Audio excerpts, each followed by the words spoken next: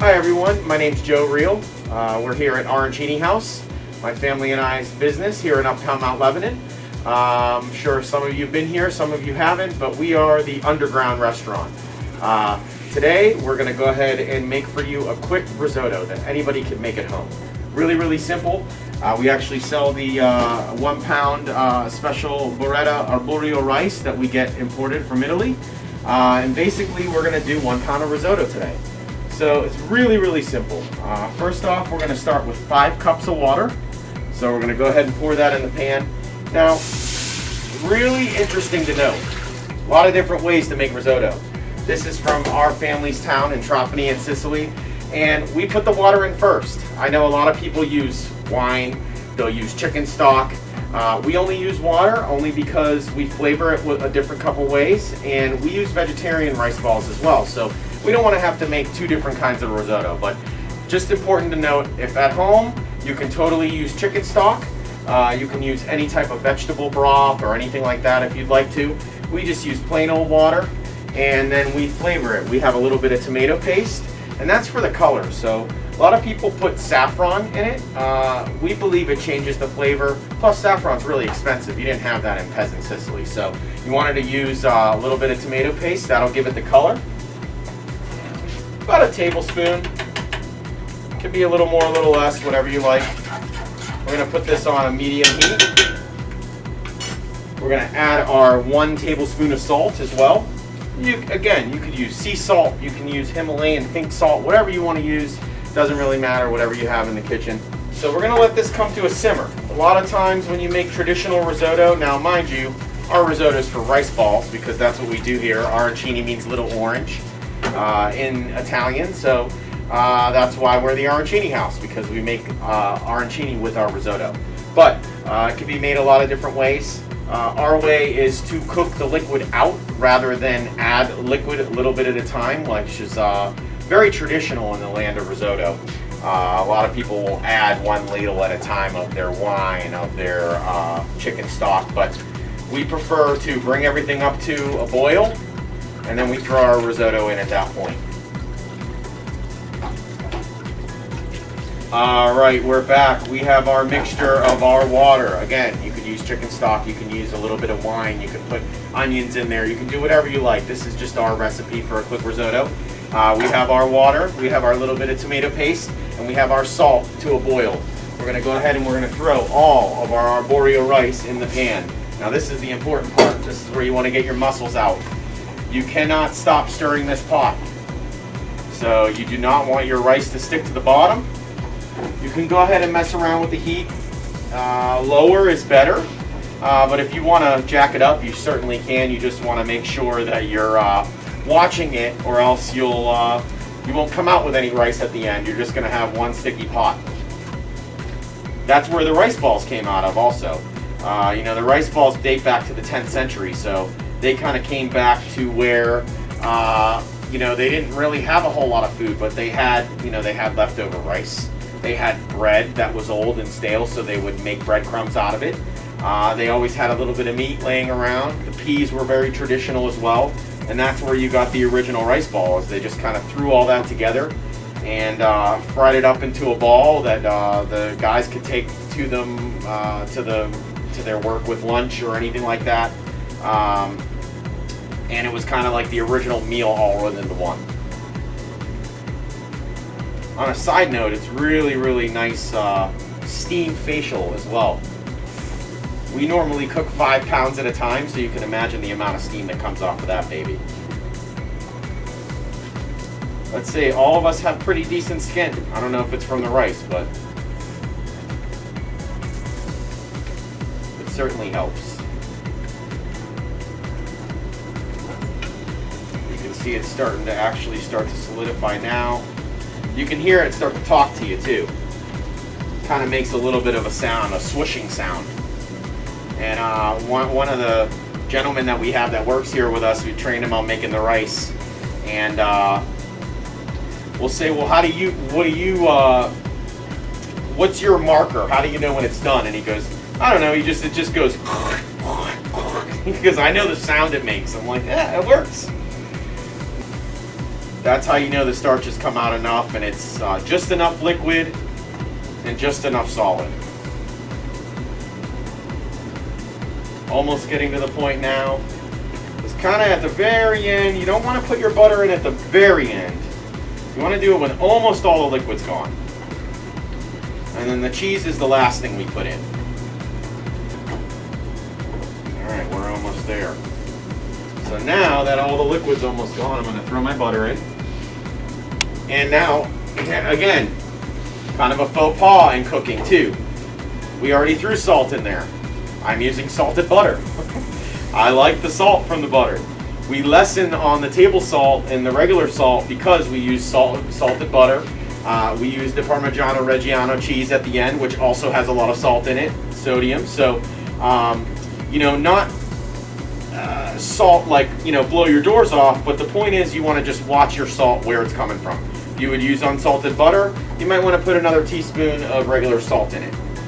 If you're not using the Romano cheese or a Pecorino Romano or a Parmigiano Reggiano cheese, then you might want to use salted butter or put some more salt in it. It's totally up to your preference.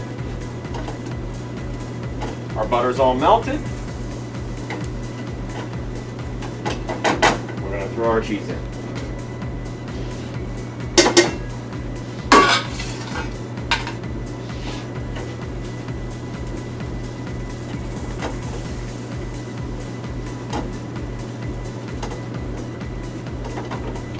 Look at that.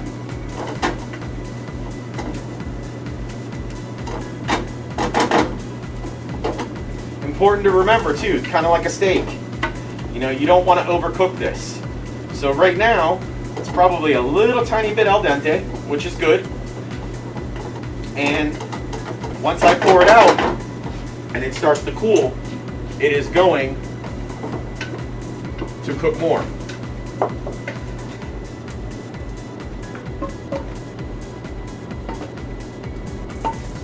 And that is your simple risotto. Now, important to note also, at any time while I was cooking this, you could have thrown in mushrooms. You could have thrown in some asparagus. You could throw in anything really that you want. Any sort of meat, a prosciutto, something like that. It takes anything. Seafood it loves. It loves a lot of different things. So really, your heart's desire is whatever you want to put inside of it, you can put inside.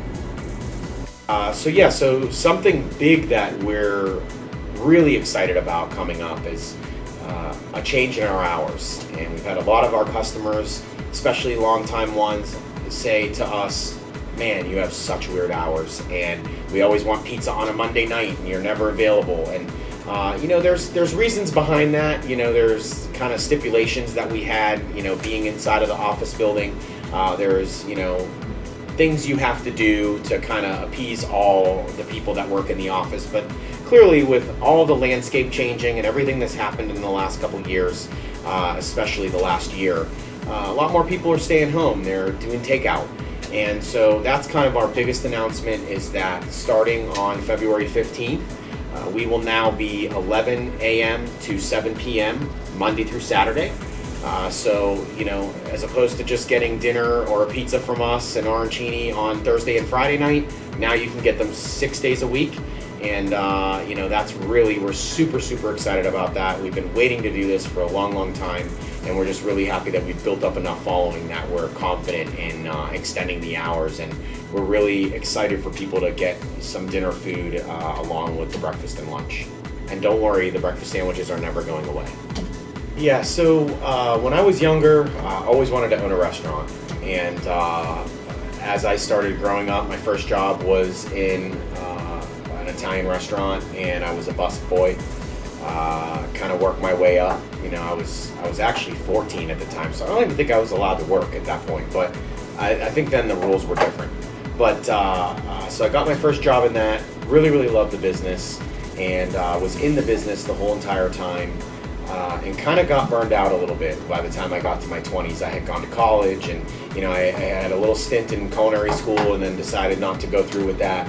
And honestly, just seeing how hard work it was for a lot of the business owners that I knew, and restaurants that I worked in, I kind of just lost sight of it for a little while.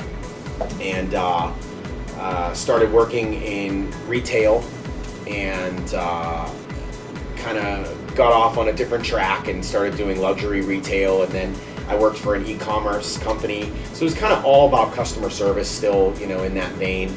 And then I got laid off from a job that I loved, working at Saks Fifth Avenue.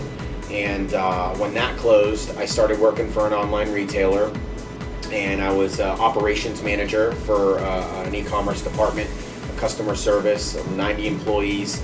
It was like really demanding. 3 years, I won all kinds of awards and everything, and then I got laid off from that job too. So it was like 2 jobs, almost 7 years of my life. And at the same time, enter my father-in-law, who is, my wife's dad. He was born in Sicily and, kind of used to cook all these things at home that I had never heard of before, the arancini, and, even being Italian, I just never really had a lot of, a lot of familiarity with the type of food that they cooked with Sicilian. I had a ton of Italian. So these arancini really intrigued me. And at the same time that I got laid off, he was working for as a commissary manager for Bruegger's Bagels, 19 years, and it kind of came at a crossroads, and he lost his job as well. They decided to go a different route with U.S. Foods or something like that, and go frozen with the bagels instead of fresh. And we both kind of looked at each other and was just, do you want to try to sell rice balls? And so this was kind of born. So it took a little bit of business knowledge from, the other jobs that I had, and then combined it with my love of restaurants, and, here we are, almost 7 years it'll be this year. And, thank God we're still afloat after a couple crazy years here. And, but I've always loved it and just kind of landed in here. I think it was always kind of my life's calling, but had to make a couple different stops along the way to finally reach this point. What people might be surprised to learn about me in particular is that I used to be a rapper. And not just I tried to rap. I mean, I actually had a #1 song in Australia for 6 weeks.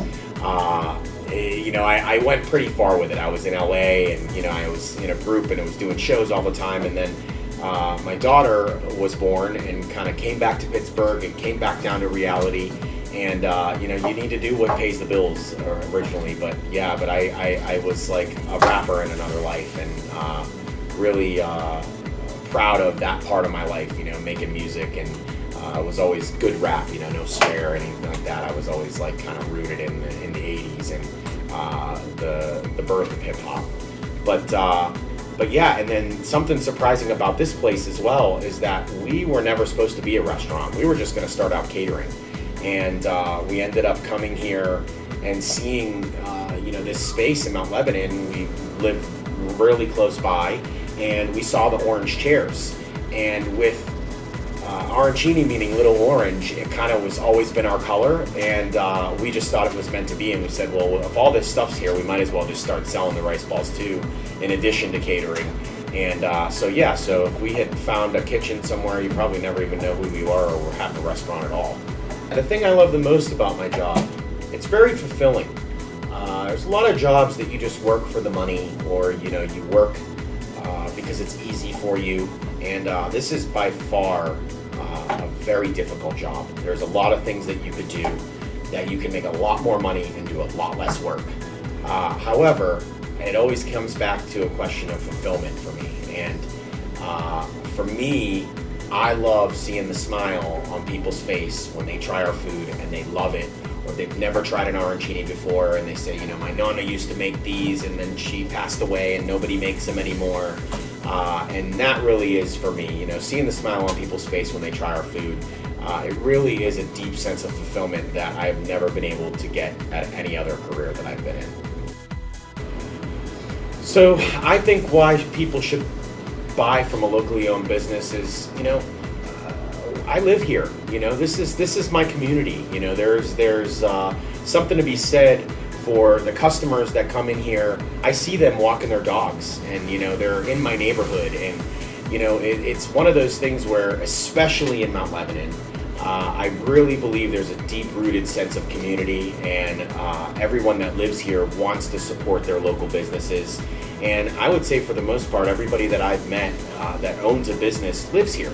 And you're trying to enrich the community. So by supporting us, not only are you getting awesome food where we really put our heart and soul into, but at the same time, you're supporting a local family. My kids go to school here. My wife, everybody lives here and works here in some sort of capacity, and we also do the same for other businesses around here as well. We patronize all the restaurants. We shop at all the stores. We eat at all the spots that all the same people eat at. And all right, well, everyone, again, I'm Joe Reale. This is Arancini House, the underground restaurant. I want to thank everybody for stopping by, for especially watching me make risotto, because we know that takes forever. But I hope everybody tries it at home. And if you don't, it's okay, because we sell it here and we sell all the rice balls here. So we'd love to see you. Please stop by soon. And especially now that we're open 11 to 7. And we really, really hope to see you soon. We love Lebo.